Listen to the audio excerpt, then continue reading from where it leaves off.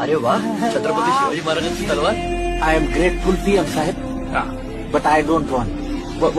Y not? आमची लायकी नाही शिवाजी महाराजांची तलवार वापस न्यायची. आमच्याकडे गंजून जाईल ती.